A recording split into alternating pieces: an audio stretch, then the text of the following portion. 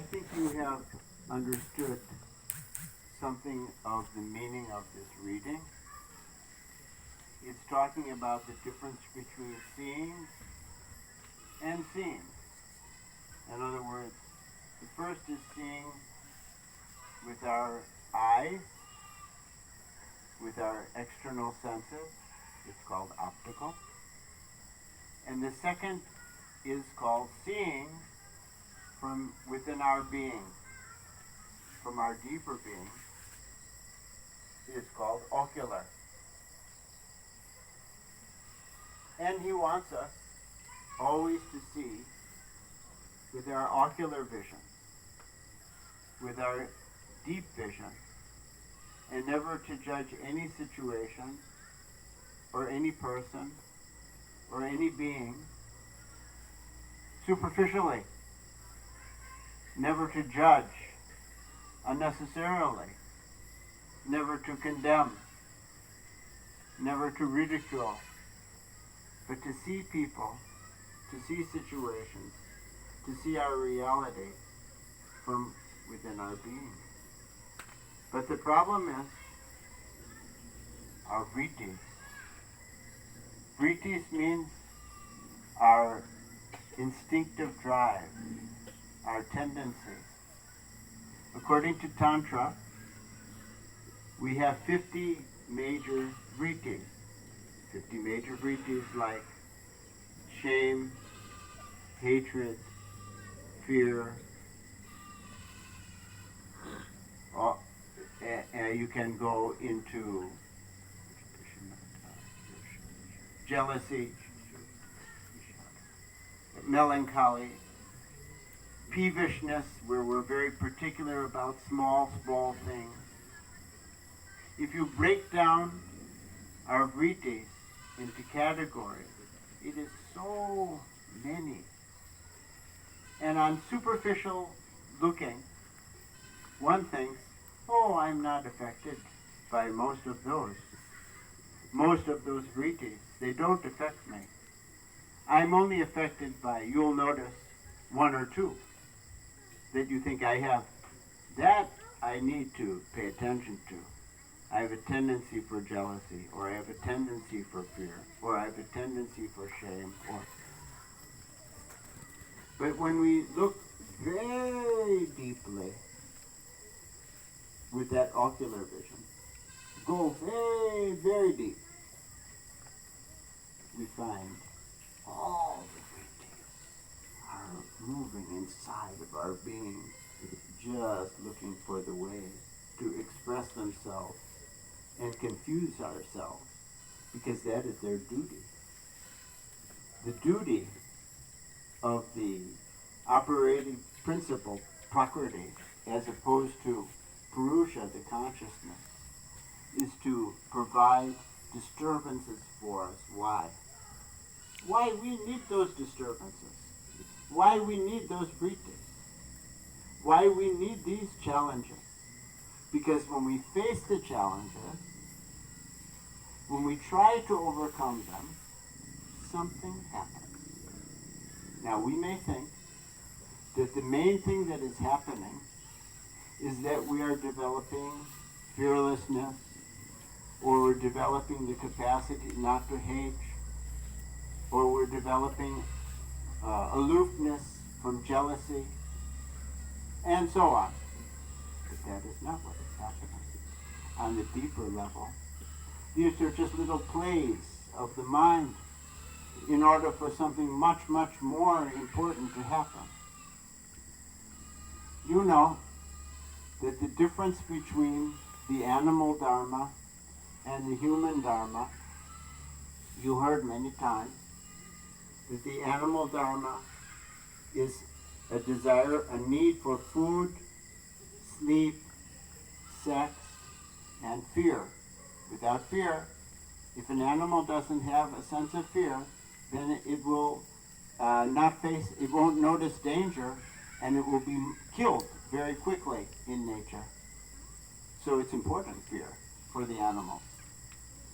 But in the human being, we also have these four tendencies, but we are not to let them dominate us, or else, if they should not play a major part in our life, or else we are not only no better than animals, we become worse than animals, because we are in a human body acting like an animal, guided by food, or guided by sex, or guided by fear, or guided by sleep.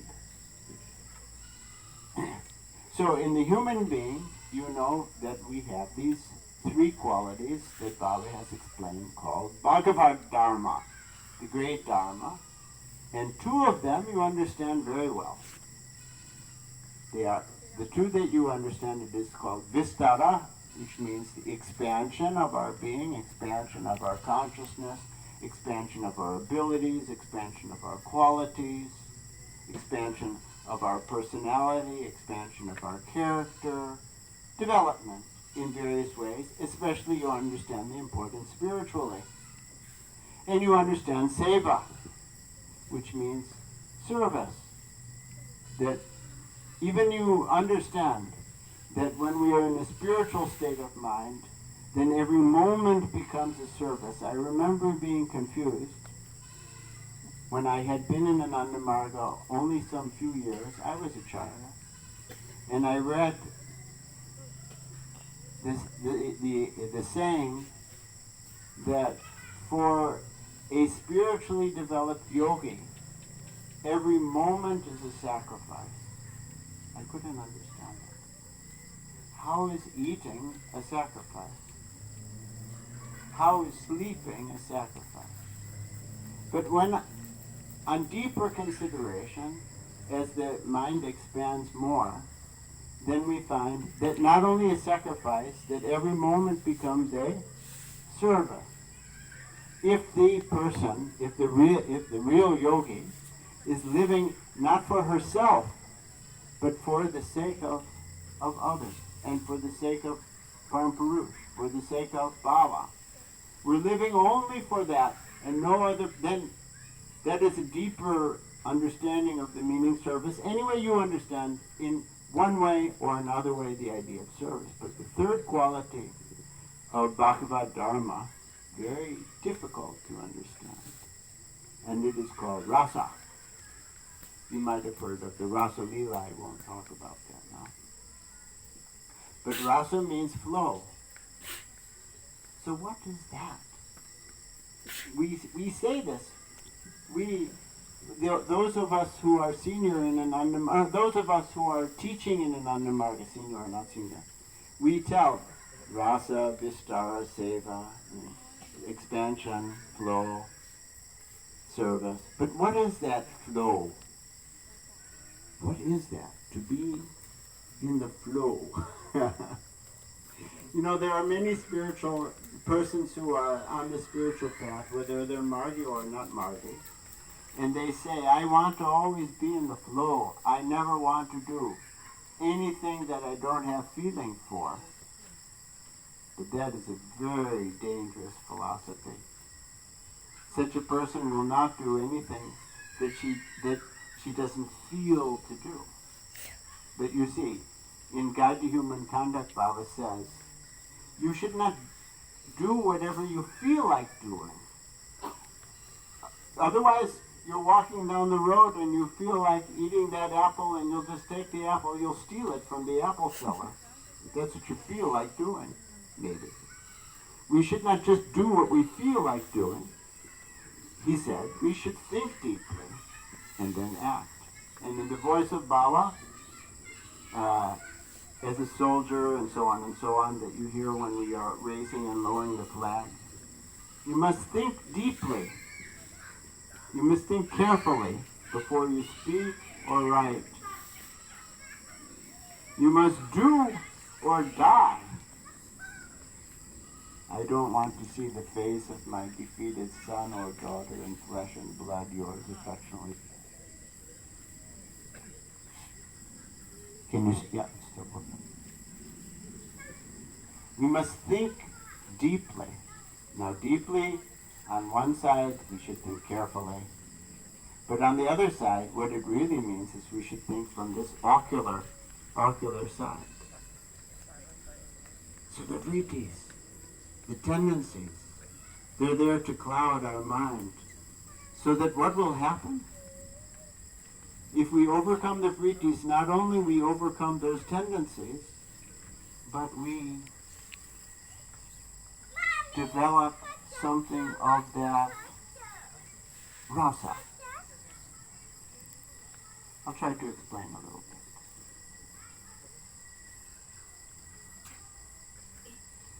When an acharya becomes an avadhuta, they learn the Kapalic meditation that is to be done in the graveyard in the midnight, in the most fearsome environment, to face their fear. Baba says that we are doing Kapalic to overcome three vrittis: fear, shame, and hatred. These are the most disturbing. These three vrittis are very, very dangerous on the spiritual path. So we love to do that Kapalic, although it's a bit challenging sometimes. You're experiencing mosquitoes, that yesterday. Today, no problem, huh? But yesterday, well, that was quite a challenge. But when Dadas and Didis who are doing the Kapalic, that challenge is there very frequently, those nasty mosquitoes. Anyway, if Baba said that we should not do Kapalic every night, unless you're in a very, very quiet environment like Anandanagar in India, deep in the countryside. But if we're working in the city, we should not do it very, very frequently, because what happens? We get power.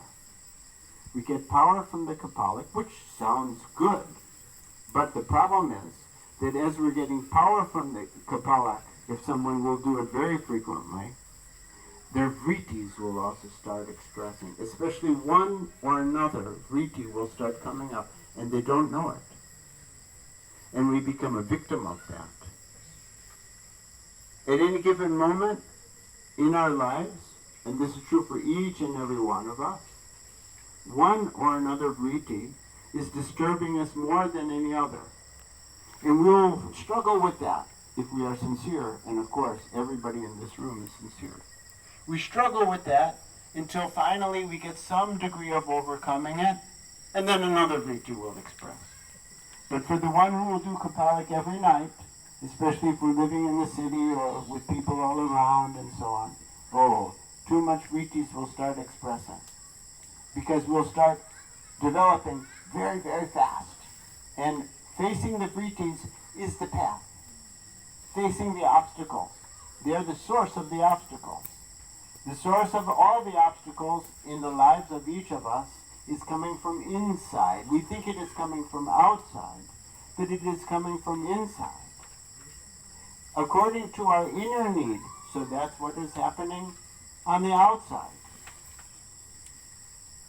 There's problems of unity, disunity, because we have that problem inside. There's problems of the absence of neo-humanism externally, because we have that problem inside. We are not sufficiently really loving. We are not sufficiently really seeing how beautiful each and every being is, and each and every inanimate dust particle is, because we see optical. We see in the surface way. And even when we start getting the experience in our sadhana of the oneness, and that can come in the first day of that you ever learned meditation, it could come in the first week, it could come in the first month, but it may not come for quite some months, or it may not even come for 1 or 2 or 3 years. And then when it really starts coming, or some more than that, and then when it really starts coming and we really start to feel, everything is one. This is what the teaching of Ananda Marga is. This is what the teaching of sadhana is. That there is only one singular entity. And when you look very deeply, you are that entity. When you not analyze, when we see with that ocular vision, when we feel very deeply beyond our animal instincts into our intuitional being, then we recognize There is only one being. I am that being. It looks like many, but it is only one. Strange philosophy. Because the philosophy is saying, you, and speaking to any of you, you are the only being. And everything else, figment of your imagination. Figment of your imagination. It just appears to be. It is just an illusion. It is just in the philosophy, Maya. It is a play of mind. There's no one standing here talking to you right now. This is you speaking to yourself. There are not many colors. This is you imagining that. You are the singular entity. There is only one being here. One singular being. Feel that now. Only one being here. This is the being. Feel the oneness. Is this you? It is not, of course,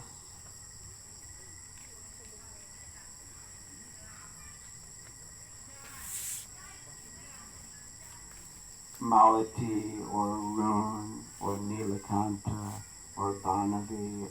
It is not a being with a name. It is not a being with a body. It is consciousness. What if this is a dream? And the dream looks like so many colors, forms, and people. But it's really only one singular being, and that being is you. This is the philosophy. This is the teaching. Hanuman was a great devotee of Ram. In the mythology of the Ramayana, he was a monkey, but the greatest devotee. So one day somebody asked him the question, Hanuman, what is your relationship with Ram? Because Ram means that was the incarnation of God in the stories of the Ramayana. What is your relationship with Ram? He said, when I don't know Ram, I serve him. When I know Ram, I am him. Mind is going back and forth between these two as we do spiritual practices. For the common people, for the animals, and for the common people, it never comes into the position of knowing. It's always in the position of not knowing. So not knowing, everything looks like many. Many people, many things, countless people. And when we are in that state of mind, and there's no one among us who is continuously in the state of knowing. There are some of us who rarely are in the state of knowing, or maybe extremely briefly in the state of knowing when we're doing sadhana.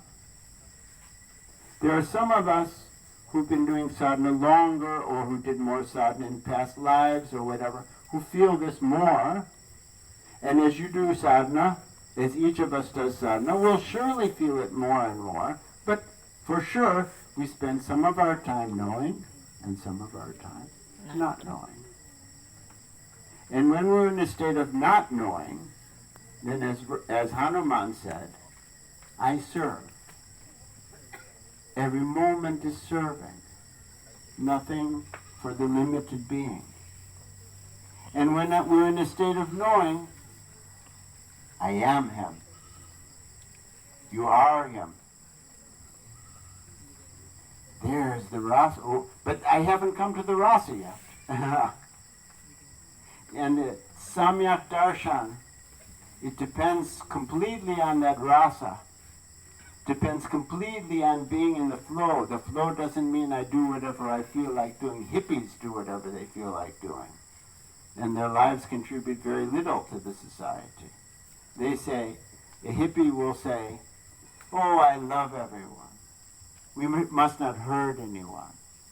But if any great problem comes in that hippie's life, they lose their house, or they lose their money, or they get pain, or they have an accident, suddenly they forgot that they love everyone, because that love is not real. And then they will do things which are not good. Do whatever they feel like doing. So, as long as we are in the state of not knowing, whenever we are in the state of not knowing, we have to think carefully, we have to act what makes careful sense. We shouldn't judge others.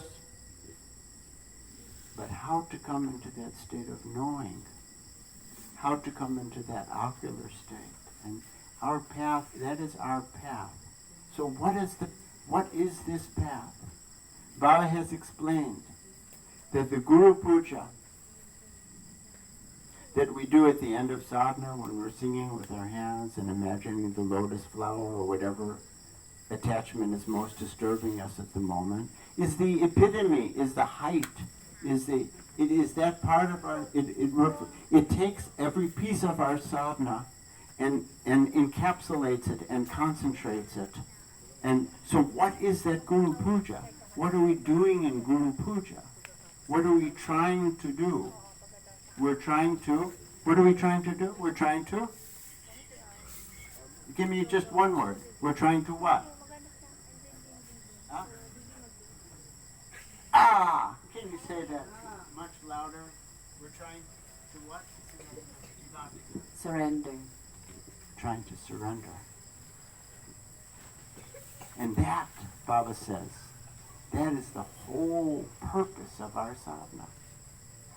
We're trying to surrender to Him. We're trying to surrender our small self to our true self. And that's what Guru represents. Because we cannot always keep in mind the Supreme Being. When really we have in mind Supreme Being is Guru. Hanuman said, when I know Ram, I am Ram. When I know Ram, I'm one with Ram. So when we're not in that state, we want to surrender.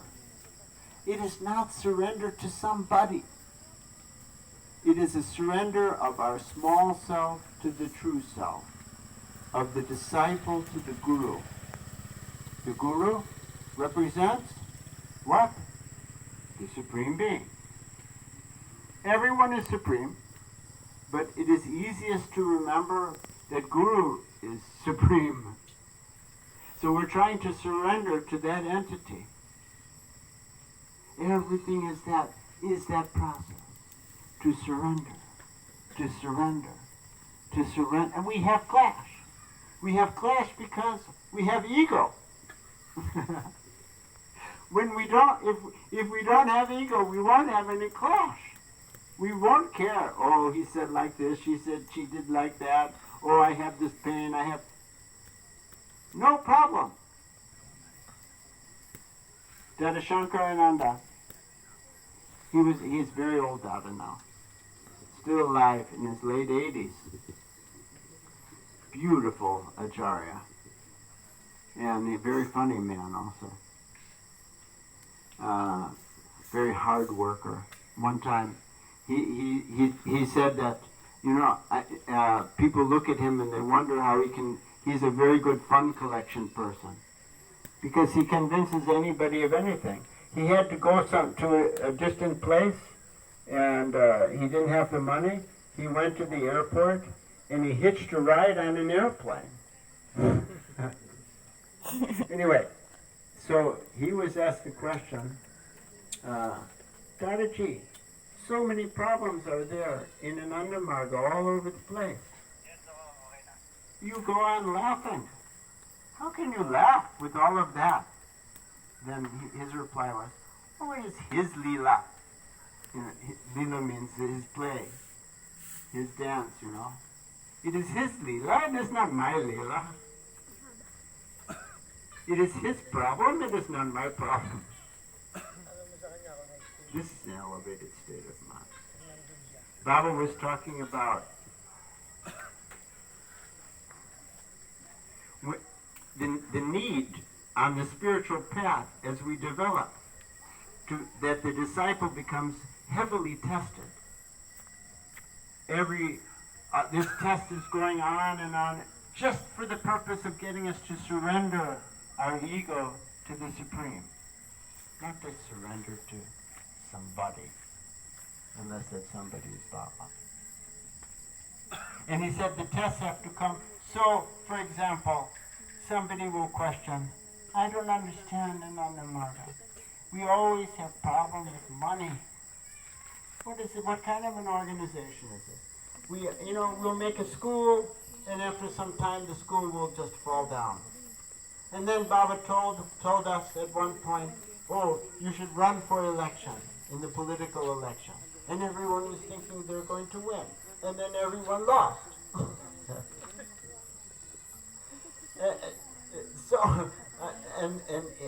So he said that if you apply your logic to judging Ananda Marga, you'll fail.